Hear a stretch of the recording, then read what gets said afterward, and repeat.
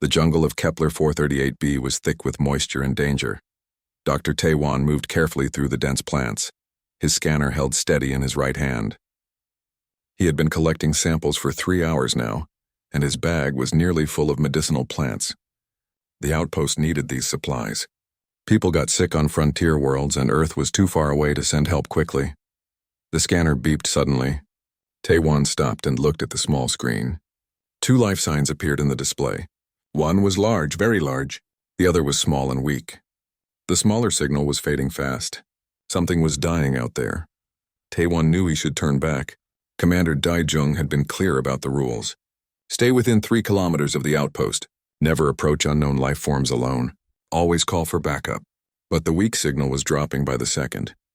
Whatever it was would be dead in minutes. He moved toward the signals. His boots made soft sounds on the wet ground. The jungle opened into a small clearing, and Taewon froze at what he saw. A massive creature crouched in the center of the clearing. It was at least 7 feet tall, covered in dark scales that looked like armor. 4 powerful legs supported its body, and 2 smaller arms were folded against its chest. The head was angular and fierce, with eyes that glowed a deep amber color. Around the creature lay the bodies of at least a dozen smaller animals, all torn apart with brutal force. This was a Vrath. Taewon had seen pictures in the military briefings, but pictures could not capture the raw power of the real thing. The Vrath were apex predators, warriors who controlled vast territories in the Outer Rim. They had never made contact with humanity. They had never needed to. The Vrath was focused on something at her feet. Taewon saw it then, the small form that matched the weak signal on his scanner. A cub. It was barely 2 feet long, covered in softer scales than its parent. The cub was not moving. The Vrath sensed him. Her head snapped up, and those amber eyes locked onto Taewon. She made a sound, a low growl that vibrated through the air. It was a warning and a promise. Come closer and die. Taewon raised his hands slowly, showing he carried no weapons. His heart was pounding, but he kept his breathing steady. Years of field medicine had taught him to stay calm when death was close. The Vrath stood to her full height. She was even larger than he thought.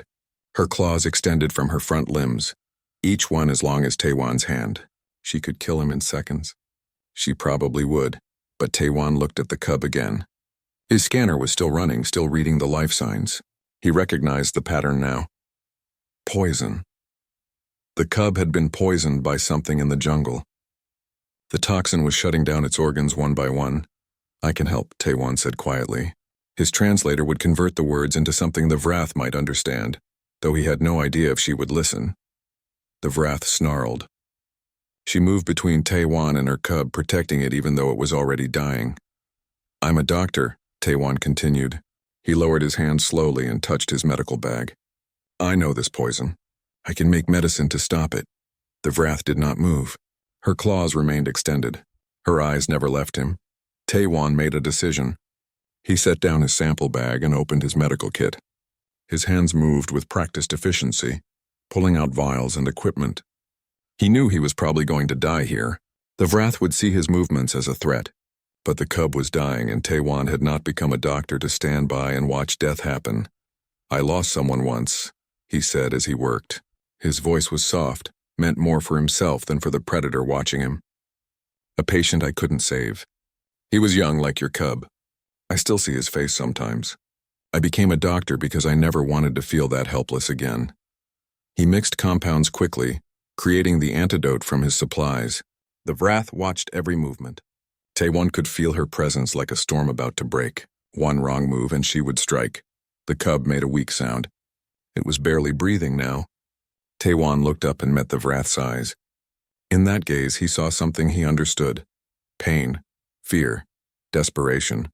She was not just a predator. She was a parent watching her child die. Please, Taewon said. Let me try. For a long moment, nothing happened. Then the Vrath moved aside, just slightly. It was not permission exactly, but it was not refusal either. Taewon did not waste the opportunity. He moved forward on his knees, approaching the cub slowly. The Vrath's claws were inches from his neck. He could feel her breath on his shoulder. If she decided to kill him, he would never see it coming.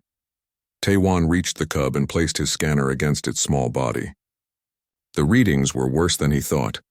The heart was failing. Breathing had almost stopped. He had maybe 90 seconds before brain death occurred. His hands moved faster.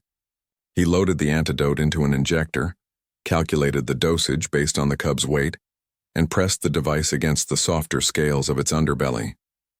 The injector hissed as it delivered the medicine. Nothing happened.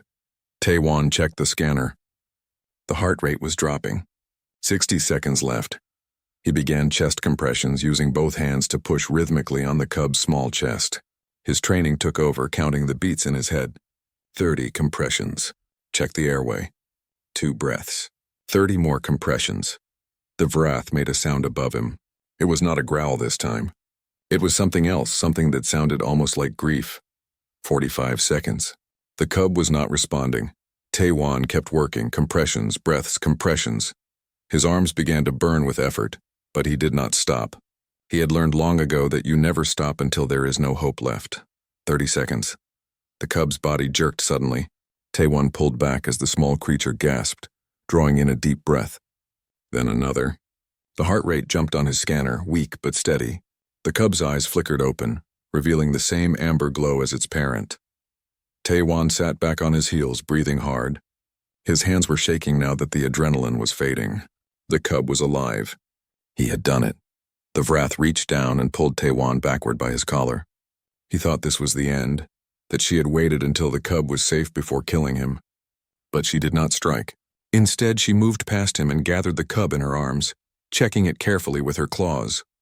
The cub made a weak chirping sound and pressed against its parent. The Vrath held it close for a moment, then turned back to Taewon.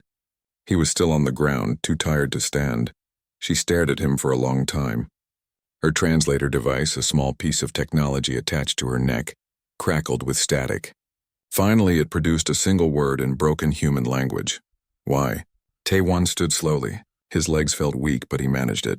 He looked at the massive predator holding her cub, and he answered honestly, because no parent should watch their child die. The Vrath continued to stare at him. Then slowly she lowered her head. It was barely noticeable, just a small dip of her chin. But Taewon understood what it meant. A Vrath had just bowed to a human. The predator who had never submitted to anyone had acknowledged a debt. Taewon did not know what that meant for the future. He only knew that something had changed in that jungle clearing. Something that could never be unchanged. The Vrath turned and disappeared into the jungle, carrying her cub. Taewon stood alone in the clearing, surrounded by the bodies of the creatures she had killed in her rage and desperation. His scanner beeped softly, reminding him to return to the outpost. He gathered his equipment with numb hands and began the long walk back. Commander Daejung was going to be very angry, but Taewon could not bring himself to care. He had saved a life today. That was all that mattered. Above him, unseen satellites had recorded everything. The images were already being transmitted to Earth Command, beginning a chain of events that would change both species forever. The Vrath ships hung in orbit like dark moons. Taewon could see them from the observation deck, silent and ominous against the stars. They had been there for 3 days now, neither attacking nor communicating, just watching and waiting. The outpost was on lockdown. Commander Daejung had activated all defensive systems and ordered everyone to remain inside the perimeter. Security teams worked in shifts, constantly monitoring every sensor and screen. The tension was thick enough to cut. Taewon stood at the observation window, unable to sleep. His mind kept returning to the jungle, to the Vrath and her cub, to the carved tree and the promise of something he still did not fully understand. Hana found him there just after midnight. She carried 2 cups of coffee and handed him one without speaking. They stood together in silence for a while, watching the ships above. "I found something in the archives," Hana finally said. "Information about Vrath gatherings. They don't happen often, maybe once every few generations. What triggers them?" Taewon asked. "Matters of species-wide importance. Changes to their code of honor. Challenges to their fundamental beliefs." She paused. "You saving that cub challenged everything they think they know about strength." Taewon sipped his coffee. It was bitter and too hot, but he welcomed the burn. "I didn't mean to challenge anything. I just wanted to help." "That's exactly why it matters," Hana said. "You showed them strength can exist without dominance. That's a dangerous idea to a culture built on conquest." On the 4th day, Commander Daejung called an emergency meeting. All senior staff gathered in the command center. The commander looked like he had not slept in days. Earth Command has issued evacuation orders, he announced. Transport ships will arrive in 72 hours. We have 3 days to pack essential equipment and personnel. We're abandoning the outpost? Someone asked. We're being cautious, Daejung replied.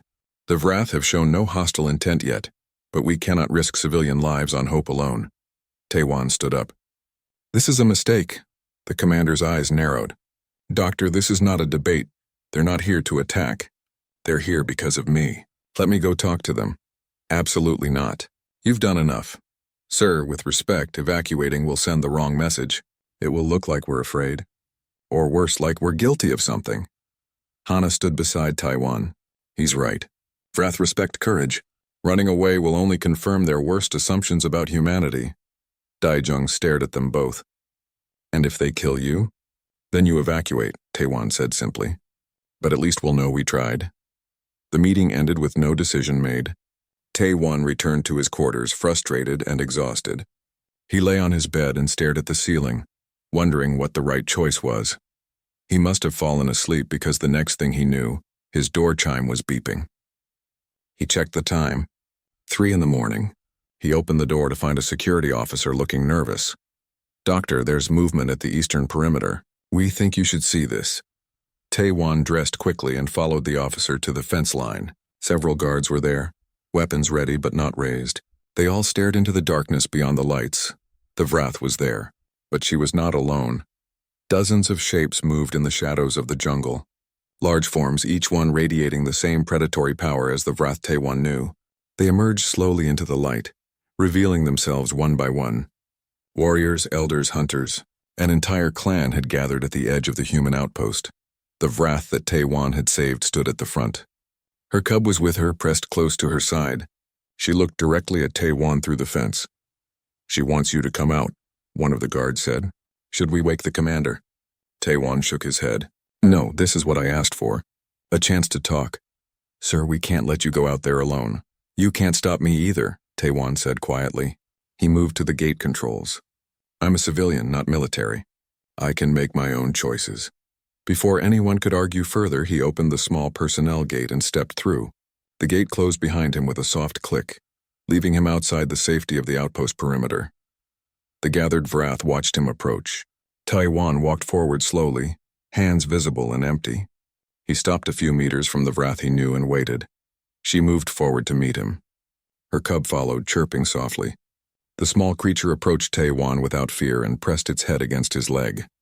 Taewon placed his hand on the cub's head, a gesture that had become familiar between them. The other Vrath reacted to this. Taewon heard sounds of surprise, growls of confusion, and clicking that might have been their version of conversation. They had not expected this level of comfort between human and Vrath. An ancient Vrath moved through the crowd. He was massive, even larger than the others, and his scales were covered in scars from countless battles. He approached Taewon and stared down at him with eyes that had seen generations pass. His translator was older and better than the others. When he spoke, the words came through clearly. I am Gralmoth, elder of the clan. You are the human who saved the cub of Krathnar. So that was her name. Krathnar. Taewon had never thought to ask. I am Taewon, he replied. I'm a doctor. I help those who are hurt. Gralmoth circled him slowly, examining every detail. Why did you save the cub? Krathnar is a predator. Her offspring will grow to hunt and kill. Your people are prey. It would be logical to let the cub die and reduce future threats. The question was direct and brutal. Taewon appreciated the honesty. Because a child is a child, regardless of species. Because I took an oath to preserve life. And because I believe strength is measured by what you protect, not what you destroy. The gathered Vrath made more sounds. Some seemed angry. Others seemed curious. Gralmoth raised one claw and immediate silence fell. You speak of strength, the elder said. But you are weak, small, slow, without claws or armor. What is strength to a creature like you? Taewon thought carefully before answering. This was important. Everything might depend on what he said next. My people were once like yours, he began. We were predators who conquered and dominated. We nearly destroyed ourselves because we believed might made right. We learned that true apex predators do not just rule their territory. They protect it. They maintain balance. They ensure the whole system survives. He gestured to the jungle around them. A predator that kills everything in its territory will eventually starve. But a predator that understands its role in the larger system will thrive for generations. That is the strength I believe in. The strength to preserve, not just destroy. Growlmoth was silent for a long moment. Then he spoke again. Show me proof. Show me this strength you speak of. Taiwan did not know what the elder wanted. He looked at Krathnar, but she gave no sign of help. He was on his own, then he understood. He reached into his pocket and pulled out the claw she had given him. He held it up so all the Vrath could see. Krathnar gave me this, her strength freely offered. I could have refused it. I could have broken it or thrown it away. Instead, I keep it with me as a reminder of what strength truly is. It's not about taking, it's about giving, about sacrifice, about choosing to build bridges instead of walls. He walked forward until he stood directly in front of Growlmoth. The elder was twice his size and could kill him with one swipe. But Taiwan did not hesitate. I had the power to let her cub die. That would have been the safe choice, the logical choice for my species' survival. But I chose to save a life instead. That choice put me at risk. It brought me here, standing before all of you, completely vulnerable. But I would make the same choice again. That is my strength. The cub chose that moment to approach Growlmoth. The small creature chirped at the elder, then turned and walked back to Taiwan. It sat at his feet, pressing against his legs. The message was clear. The cub trusted the human. Growlmoth's eyes widened slightly. He looked at Krathnar, who lowered her head in acknowledgement. Then he looked back at Taiwan. You possess Talcor, the elder said slowly. The strength of the shepherd. It is rare among Vrath. We did not know it could exist in other species. The gathered Vrath began clicking and growling among themselves. The sounds were different now, less hostile and more thoughtful. Growlmoth continued. Krathnar's debt to you is acknowledged by the clan. She acted with honor in bringing this matter to us. You have shown us something we did not expect to find in prey species. Understanding. Wisdom. Talcor. The elder paused, then added something that made Taiwan's heart sink. But not all Vrath will see as we see. Other clans will hear of this. Some will view Krathnar's actions as weakness. Some will see your survival as an insult. Conflict may come. What kind of conflict? Taiwan asked. Challenge, Growlmoth said simply. Those who believe strength is only found in dominance will seek to prove you wrong. They will come, and when they do, words will not be enough. The elder turned away, and the other Vrath began disappearing back into the jungle. Krathnar remained, her cub still sitting with Taiwan. What happens now? Taiwan asked her. Her translator crackled. Now we wait. Now we prepare. Now you show if your strength is real or just words.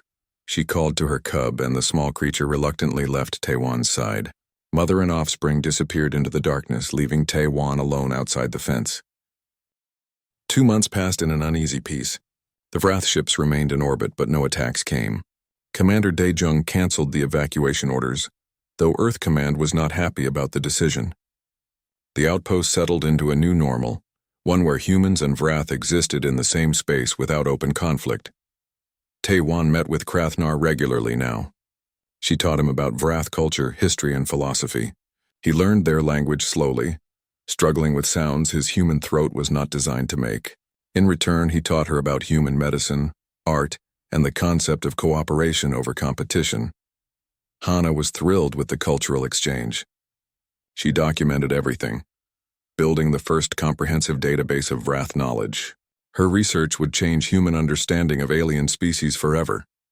The cub, whose name Taiwan learned was Silketh, had grown considerably. He was now almost 4 feet long and had started developing his adult scales. But he still approached Taiwan without fear, treating the human like a strange member of his family. Everything changed on a cold morning in the 3rd month. Taiwan was in the medical bay when alarms began blaring throughout the outpost. He ran to the command center where Commander Daejung was already coordinating with his team. What's happening? Taiwan asked. New ships, Daejung said grimly. Vrath, but not from the same clan. They're broadcasting a challenge. The main screen showed the new arrivals. 3 massive warships, larger and more heavily armed than the vessels already in orbit. They positioned themselves aggressively, clearly ready for battle. Taiwan's communicator buzzed. It was a message from Krathnar. Come to the meeting place, now, alone. He did not hesitate. He grabbed his medical kit and headed for the jungle, ignoring the commander's protests. By now, everyone knew that arguing with Taiwan about Vrath matters was pointless. He was going to do what he thought was right regardless of orders.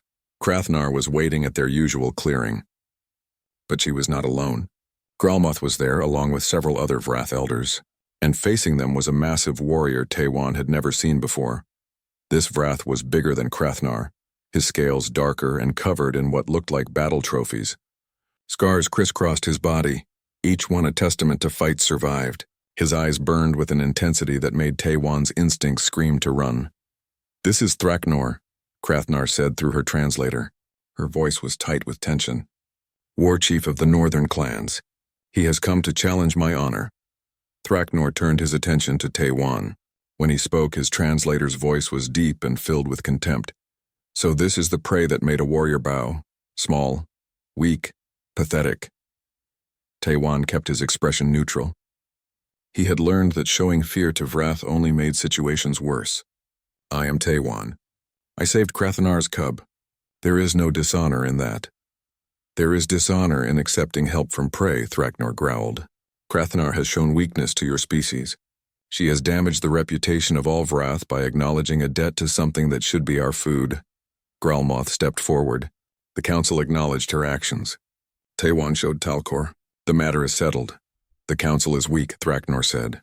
"You have forgotten what it means to be Vrath. We are predators. We bow to no one. We acknowledge no equals. This human has made fools of you all." He turned back to Krathnar. "I invoke the hunt of reclamation. You will kill the human and restore your honor, or I will kill you both and claim your territory as my own." Silence fell over the clearing. Taiwan saw Krathnar's body tense. Her claws extended slowly. Silketh pressed close to his mother, sensing the danger. "You cannot refuse," Thraknor continued. "Vrath law demands it. Kill the human or face me in combat. Choose." Krathnar looked at Taiwan. He saw conflict in her amber eyes. She was bound by her species' laws, trapped between honor and debt. "There is a third option," Gralmoth said quietly. "Vrath law allows for a champion. Someone may fight in Krathnar's place. If they win, her honor is satisfied.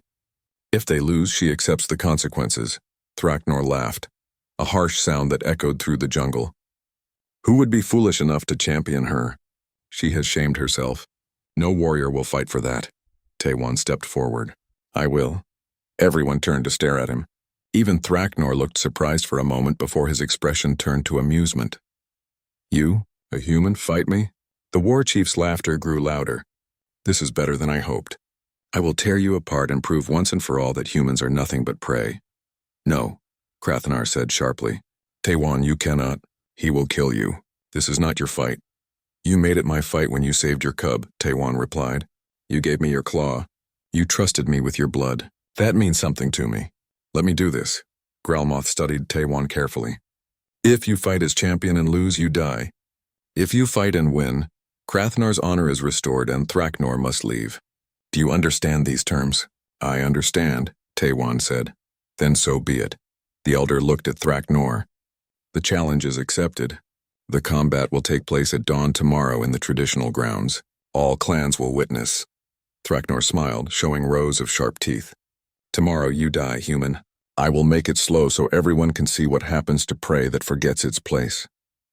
The war chief left with his warriors, their heavy footsteps shaking the ground. When they were gone, Krathnar approached Taiwan. She looked angry and afraid at the same time. "Why did you do that?" she demanded. "You cannot win this fight. Thraknor has killed hundreds in combat. He is faster, stronger, and trained in warfare since birth. You are a doctor, not a warrior." "I know," Taiwan said calmly, "but I couldn't let him kill you in Silkath. You saved me first by trusting me. Now it's my turn to trust that there's a way forward that doesn't end in death." "There is no way," Krathnar said. "This is combat to the death. Only one of you will leave that arena alive." Taiwan smiled sadly. "Then teach me how to survive as long as possible. If I'm going to die, I want to die proving that humans are worth more than food." Krathnar stared at him for a long moment. Then she made a decision. "Come, we have one night. I will teach you what I can." They trained through the night. Krathnar showed him Vrath combat techniques, teaching him where to strike and how to move. She explained weak points in Vrath anatomy, places where even her thick scales could be penetrated. She drilled him on footwork, on reading attacks, on surviving against an opponent with overwhelming advantages. Taewon absorbed everything, knowing it probably would not be enough. His body was not built for this kind of combat. He was smaller, weaker, and slower than any Vrath. But he tried anyway because that was all he could do. As dawn approached, Krathnar stopped the training. "You will not win through strength," she said quietly. "If you survive, it will be through wisdom. Remember what you told Growlmoth. True strength is knowing when not to fight." "This seems like a bad time to remember that," Taewon joked weakly. "Or the perfect time," Krathnar replied. She placed her claw on his shoulder, gentle despite its deadly sharpness. "You have shown me that there are many types of strength. Show Thraknor the same. Make him understand or make him doubt. That is your only chance." Dawn came too quickly. Taewon returned to the outpost briefly to clean up and send a message to Commander Daejung, explaining what was happening. The commander tried to stop him, tried to send soldiers to intervene, but Taewon refused. "This is something I have to do alone," he said. "If humans are going to have any relationship with the Vrath, it has to be built on honor, not guns." Hana was there too, her eyes red from crying. "You're going to die," she said bluntly. "Maybe," Taewon agreed. "But maybe I'll show them something worth remembering first." He walked back to the jungle alone. The traditional combat grounds were a circular clearing, surrounded by ancient stones carved with Vrath history. Hundreds of Vrath had gathered to watch. The ships from orbit had sent down observers. This was going to be witnessed by multiple clans. Thraknor was already there, massive and confident. He wore armor made from the scales of defeated enemies. His claws were extended and sharpened to razor edges. Taewon wore simple clothes and carried the weapons Krathnar had given him. A blade made from Vrath bone and a small shield that felt too light to be effective. He looked tiny compared to his opponent. Growlmoth stood at the edge of the circle. The challenge begins at first blood and ends in death or surrender. May the strongest survive. Thraknor charged immediately, not wasting time with words. He was fast, incredibly fast for something so large. His claws swept toward Taewon's head in an arc that would have decapitated him if it connected. Taewon dropped and rolled, barely avoiding the strike. He came up and tried to counter with his blade, but Thraknor's armor deflected it easily. The warchief's backhand caught Taewon in the chest and sent him flying backward. The impact drove the air from his lungs. Pain exploded through his ribs. Taewon struggled to his feet, tasting blood. First blood had been drawn. The fight was officially started, and Taewon knew with absolute certainty that he was going to lose. Taewon circled slowly, trying to catch his breath. His ribs burned with every movement. Thraknor watched him with amusement, like a cat playing with wounded prey. "Is this the strength you spoke of?" the warchief called out. "You fall from one strike. How many more can you take before you break?" Taewon did not answer. He was focusing on what Krathnar had taught him. Watch the shoulders. They telegraph the strike. Stay mobile. Use your size advantage, not as strength but as agility. Thraknor charged again. This time Taewon was ready. He dodged to the side, using his smaller frame to slip past the larger warrior's attack. He struck at the exposed joint behind Thraknor's foreleg, the blade cutting through the softer scales there. Dark blood welled up. It was not a serious wound, but it was a wound. The watching Vrath made sounds of surprise. A prey creature had drawn blood from a warchief. Thraknor roared in anger. The playful expression was gone, replaced by rage. He attacked with brutal efficiency, forcing Taewon backward with a series of strikes that left no room for counterattack. One claw caught Taewon's arm, tearing through flesh. Another struck his leg, sending him stumbling. Taewon raised his shield desperately. Thraknor's claws crashed into it, shattering the weak defense into pieces. The impact drove Taewon to his knees. The warchief stood over him, claws raised for the killing blow. "You fought better than I expected, human. But expected is not enough. Die knowing you were always just prey." Time seemed to slow. Taewon looked up at the massive warrior about to end his life. He thought about Krathnar, about Silketh, about everything that had led to this moment. He thought about the choice he had made in that jungle clearing months ago. The choice to save a life instead of walking away. He did not regret it. But he was not ready to die either. As Thraknor's claws descended, Taiwan rolled forward instead of backward. It was a desperate move, rolling directly toward the attacker instead of away. The claws whistled through empty air where he had been kneeling. Taiwan came up inside Thraknor's guard. He was too close for the war chief to use his claws effectively. For just a moment, they were pressed together, and Taiwan could feel the heat radiating from the larger creature's body.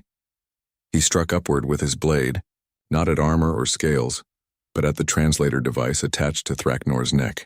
The device shattered with a spark of electricity. Taiwan pushed away and rolled clear before Thraknor could recover. He stood breathing hard, bleeding from multiple wounds, but he was still alive. Thraknor touched his broken translator, then looked at his claws as if surprised they were empty.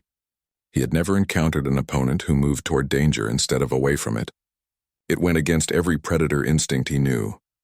"You fight without honor," Thraknor growled in his own language. Without the translator, his words were barely understandable.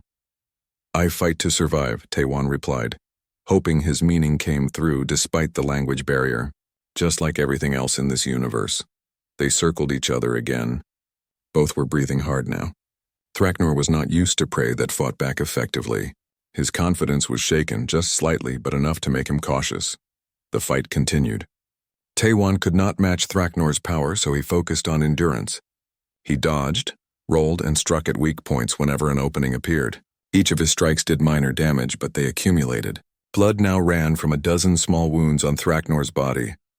But Taiwan was suffering too. His left arm hung uselessly at his side. Deep cuts covered his body. His vision was starting to blur from blood loss. He was running out of time and strength. Thraknor seemed to realize this. The war chief stopped his aggressive attacks and simply waited. He knew the human was dying on his feet. All he had to do was wait for collapse. "Why do you continue?" Thraknor asked in broken human language, forcing the words without his translator. "You cannot win. You will die here. For what? For honor? For pride?" Taiwan steadied himself against his blade. His legs were shaking. "For possibility," he said. "For the idea that maybe our species can be more than enemies. For the hope that my death here might mean something." "Death in battle always means something," Thraknor said. "Does it?" Taiwan straightened as much as his injuries would allow. "You've killed hundreds. Do you remember all their names? Do you remember why each death mattered? Or do they all blur together into just more proof of your strength?" Thraknor did not answer. "I saved one life," Taiwan continued.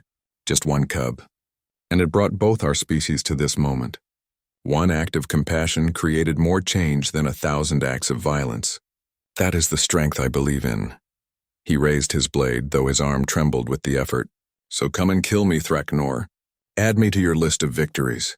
But know that my death will prove nothing except that you are stronger than a wounded doctor. Is that the kind of strength that matters to you?" The clearing was silent. Every Vrath watching understood the challenge in Taiwan's words. This was not about physical combat anymore. This was about philosophy, about the fundamental question of what made someone worthy of respect. Thraknor raised his claws. He moved forward, and Taiwan prepared for the final strike.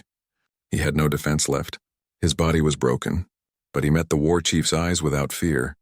Thraknor's claws descended. They stopped inches from Taiwan's throat. The war chief stared at the human before him. In Taiwan's eyes, he saw something that confused him. Not surrender, not begging for mercy, just calm acceptance and an unshakable belief in something beyond survival. "You could kill me right now," Taiwan said quietly. "You have that power. But ask yourself, what will you prove? That you are stronger than an injured human? Everyone here already knows that. The question is whether you are wise enough to see that strength and wisdom are not the same thing." Thraknor's translator was broken, but he understood enough. His claws remained suspended, trembling slightly. "I had the power to let Silketh die," Taiwan continued. "That would have been the safe choice for my species. But I chose compassion over safety. Now I have the power to keep fighting until you kill me. But I choose to show you something different." Taiwan dropped his blade. It fell to the ground with a soft thud that seemed impossibly loud in the silent clearing. "I surrender my weapon," Taiwan said.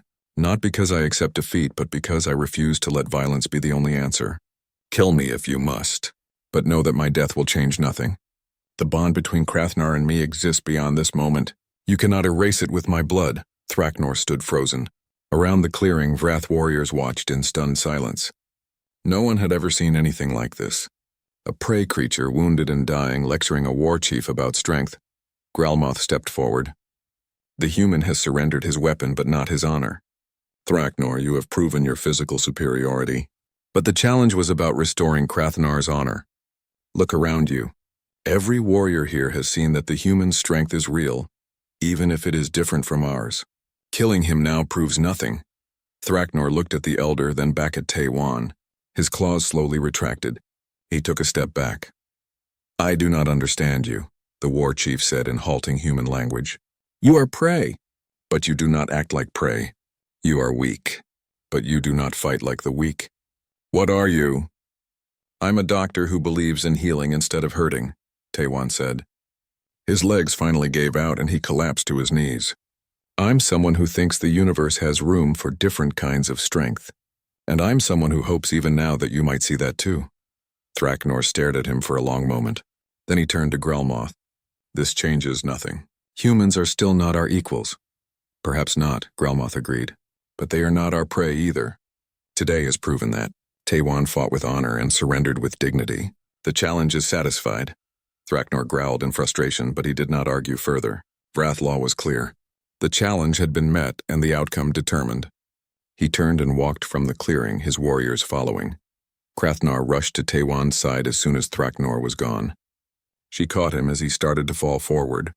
Fool human, she said, but her translator carried something that might have been relief. You almost died. But I didn't, Taiwan managed. His vision was darkening around the edges. Did we prove anything? You proved something, Krathnar said. Whether it matters remains to be seen. Taiwan blacked out. He woke 3 days later in the medical bay.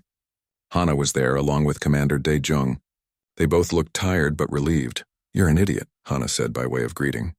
I've been told, Taiwan rasped. His throat was dry. You're also a hero, Commander Daejung added. Earth Command has been monitoring everything. Your fight has been transmitted across human space. Everyone knows what you did. What about the Vrath? Taiwan asked. That's the interesting part, the commander said. After you blacked out, the Vrath clans held a council. They've decided to open formal diplomatic channels with humanity. It seems your demonstration convinced enough of them that we're worth talking to. Taiwan tried to sit up and immediately regretted it. Everything hurt. So no war? No war, Daejung confirmed.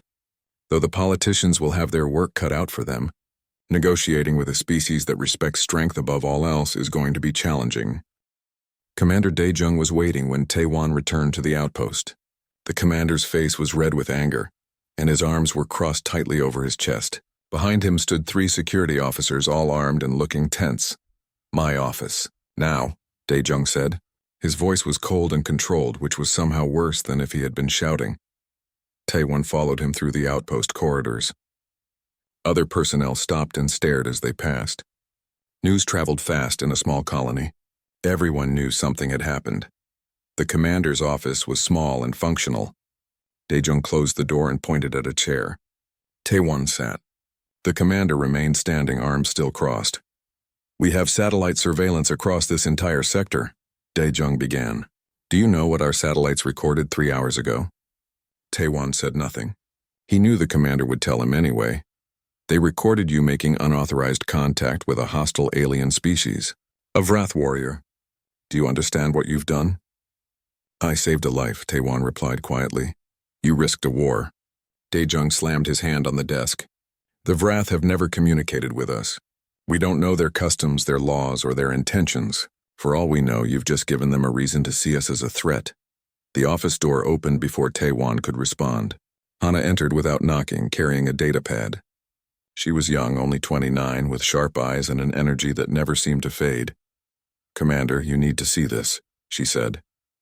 Daejung glared at her. Dr. Hana, this is a private... I've been analyzing the satellite footage, Hana interrupted. She was one of the few people on the outpost who would dare interrupt the commander. What Taiwan did wasn't just contact. It was first contact protocol at its finest. He showed no weapons. He communicated intent. He provided aid without demanding anything in return. And Sir the Vrath bowed to him. The commander's expression shifted from anger to confusion. What? Hana brought up the footage on her datapad and projected it onto the office wall. The images showed Taiwan and the Vrath in the clearing. Hana slowed the recording at the end, showing the moment when the Vrath lowered her head. Vrath don't bow, Hana said. Every piece of data we have on their species says they never submit to anyone. They're apex predators who rule through strength alone. But she bowed to Taewon. That's unprecedented. Daejung stared at the frozen image. His anger was fading, replaced by something that looked like concern. What does it mean? I don't know yet, Hana admitted. But I'm going to find out. The commander turned back to Taewon. You're confined to the outpost until further notice. No more jungle trips. No more unauthorized decisions. Understood? Taewon nodded. He was too tired to argue. 7 days passed. Taewon spent most of his time in the medical bay, treating minor injuries and running health checks on the outpost personnel. He tried not to think about the jungle, but the memory stayed with him. The Vrath's amber eyes, the dying cub, that moment when she had bowed. On the 8th day, a security officer found him during lunch. Doctor, you need to come to the perimeter.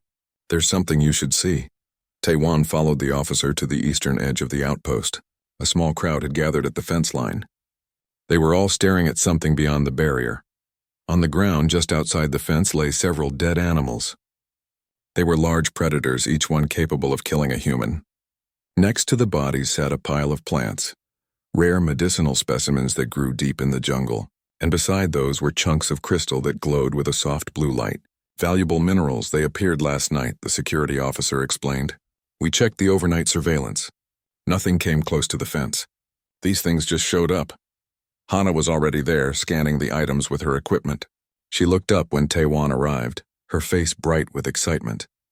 It's her, she said. The Vrath you saved. She's leaving offerings. Offerings? Taewon moved closer to the fence. Why? I've been researching their culture, Hana said. She pulled up information on her datapad. I found fragments in the alien database archives. The Vrath have a concept called Garthok. It's a life debt. When someone saves a Vrath life, especially a family member, the debt must be repaid with equivalent service. Taewon looked at the dead predators. She's hunting for me. She's repaying you the only way she knows how, Hana said. Through strength and provision, more offerings appeared over the next week. Fresh kills, rare plants, minerals, each morning brought something new. The outpost personnel began to gather at the fence line to see what had arrived. Some were fascinated, others were nervous. On the 15th day, Taewon made a decision. He went to Commander Daejung's office. I need to go back to the jungle, he said. The commander looked up from his work. Absolutely not. She's trying to communicate. We need to respond. You're a doctor, not a diplomat. I'm the only human she's met. I'm the only one she'll talk to. Daejung was quiet for a long moment. Finally, he sighed. Take a security team. Stay in constant communication, and if anything goes wrong, you abort immediately. Taewon agreed, though he had no intention of bringing armed guards to meet with the Vrath. He went to the jungle edge alone at dawn. His scanner was active, searching for the familiar large life sign. He found it quickly. She was waiting at the same clearing where they had first met. The Vrath was there with her cub. The small one had grown in the past weeks, its scales darker and harder. It saw Taewon and made a curious chirping sound, moving toward him without fear. The Vrath stopped her cub with one claw. She stared at Taewon, her amber eyes intense. Her translator crackled to life. You came, it said in broken human language. The device was struggling to convert her speech patterns. I came, Taewon confirmed. He sat down on the ground, making himself less threatening. Thank you for the gifts. The Vrath moved closer. She was examining him carefully, as if trying to understand what kind of creature would save a predator's offspring. Finally, she raised one of her arms. With a quick motion, she broke off one of her claws. It came free with a crack that made Taewon wince. She held the claw out to him. It was as long as his forearm, sharp and deadly. The Vrath's translator spoke again. My claw, my strength, for you. Taewon understood the weight of the gesture, even if he didn't know all the details. This was important to her. He took the claw carefully, holding it with both hands. I'm honored. The Vrath made a sound that might have been approval. Then she did something unexpected. She placed her cub's small paw on Taewon's hand. The cub looked up at him with those same amber eyes, curious and unafraid. My blood, the Vrath said. I trust. Taewon felt something shift in that moment. This was more than a debt being repaid. This was trust being offered across species lines. He placed his other hand gently on the cub's head. The small creature leaned into the touch. The Vrath watched this interaction carefully. Then she turned and began walking deeper into the jungle. She looked back once, clearly expecting Taiwan to follow. He stood and followed her, leaving his scanner behind. Whatever was happening, technology could not measure it. They walked for 20 minutes through dense jungle. The Vrath moved with perfect silence despite her size. The cub stayed close to its parent, occasionally looking back at Taiwan to make sure he was still following. Finally, they reached a massive tree. It was ancient, easily 1,000 years old. The bark was carved with intricate symbols and images. Taiwan recognized scenes of battles, hunts, and victories. This was a history written in scars on wood. The Vrath approached the tree and extended her claws. She began carving a new symbol into the bark. Taiwan watched as the image took shape. A human hand and a Vrath claw intertwined. She was adding him to her people's history. When she finished, she turned to face him. Her translator spoke clearly this time, as if the device had finally learned how to handle her language. You are here now. In our memory. In our honor. You saved my blood. I owe you my blood. Taiwan did not know what to say. He had only done what felt right in that moment. But to her, to the Vrath, it meant everything. They returned to the clearing together. The cub played nearby, chasing small creatures through the undergrowth. The Vrath sat with Taiwan in comfortable silence. Two beings from different worlds sharing space without conflict. When Taiwan finally returned to the outpost, it was late afternoon. Commander Daejung was waiting again, but this time he was not angry. He looked worried. Earth Command has been monitoring the increased Vrath activity, the commander said. Multiple ships have entered orbit.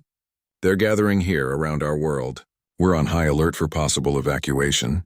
Taiwan felt his stomach tighten. They're not here to attack. How do you know? Because she told me. She's called her clan. They want to see if it's true. If a human really saved one of their cubs. Daejung's face went pale. You mean they're coming here because of you? Taiwan nodded slowly. He looked down at the Vrath claw in his hands, feeling its weight. I think I just started something that neither of us can stop. Outside in the darkness of space, more Vrath ships arrived. They gathered in orbit like predators circling prey, waiting to see what would happen next.